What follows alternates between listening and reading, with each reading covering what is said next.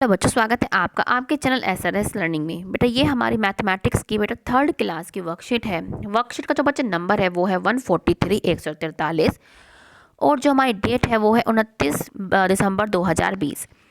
Learning outcomes क्या है? Estimates and major length and distance using standard unit. इसमें क्या स्टैंडर्ड यूनिट्स को यूज़ करके क्या है लेंथ को मेज़र कर रहे हैं। स्केल का इस्तेमाल। आपने अब तक अपनी छोटी नापदंडी से बहुत सारी चीज़ें नापी। आओ आज नापदंडी में नंबर लिखें और अपने नापदंडी पर कहाँ तक नंबर लिखे हैं शायद कुछ इस तरह लिखे होंगे। ठीक है, जो आपकी नापदंडी है इस प्रकार से आपने क्या है नंबर लिखो। अब आप अपनी पेंसिल की नापी। आपकी पेंसिल हो सकता है आपकी पेंसिल इतनी बड़ी हो या इतनी बड़ी हो, तो कितनी बड़ी हो पेंसिल की लंबाई लिखनी हो सकता है। अगर मेरी तो मैंने जब नापी तो मेरी क्या है 7 छोटे हिस्से आए मेरी पेंसिल के। ठीक है, अब क्या आपने कहीं और भी ऐसे हिस्से और नंबर लिखे हुए हैं? ऐसे हिस्से मौजूद होते हैं स्केल पर।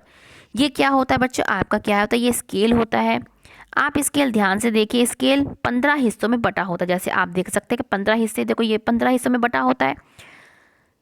दूसरे एक हिस्से से दूसरे हिस्से तक की दूरी को हम 1 सेंटीमीटर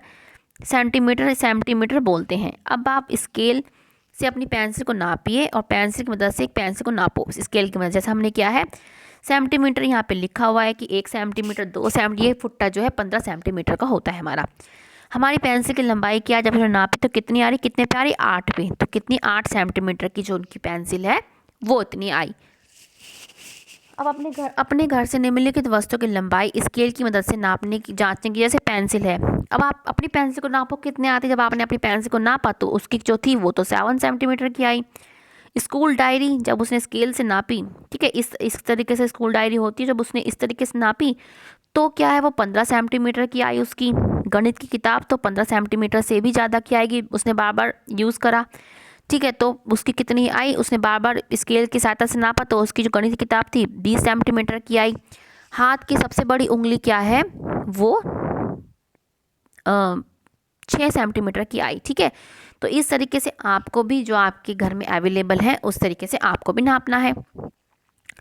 अब क्या है कि क्या आपने मीटर के बारे में सुना है? आपकी मम्मी की साड़ी, घर के पर्दे जैसी लंबी चीज़ों की नापने के लिए हमें सेंटीमीटर नहीं मीटर की आवश्यकता होती है। जब 100 सेंटीमीटर इकट्ठे हो जाते हैं तो 1 मीटर बनता है। इसका मतलब क्या है, 100 सेंटीमीटर किसके बराबर है, 1 सेंटीमीटर के। ठीक है, अब है कि आप 15 सेंटीमीटर वाले स्केल की मदद से 1 मीटर की रेखा फर्श पर कितनी बार बनाएंगे। तो कितनी बार बनाएंगे इसके लिए हमें क्या करना पड़ेगा, 100 को हमें 15 से डिवाइड करना पड़ेगा तो हमारा लगभग 6.6 आएगा। ठीक है, कितनी बार खींचनी पड़ेगी हमारे 6.6 समथिंग।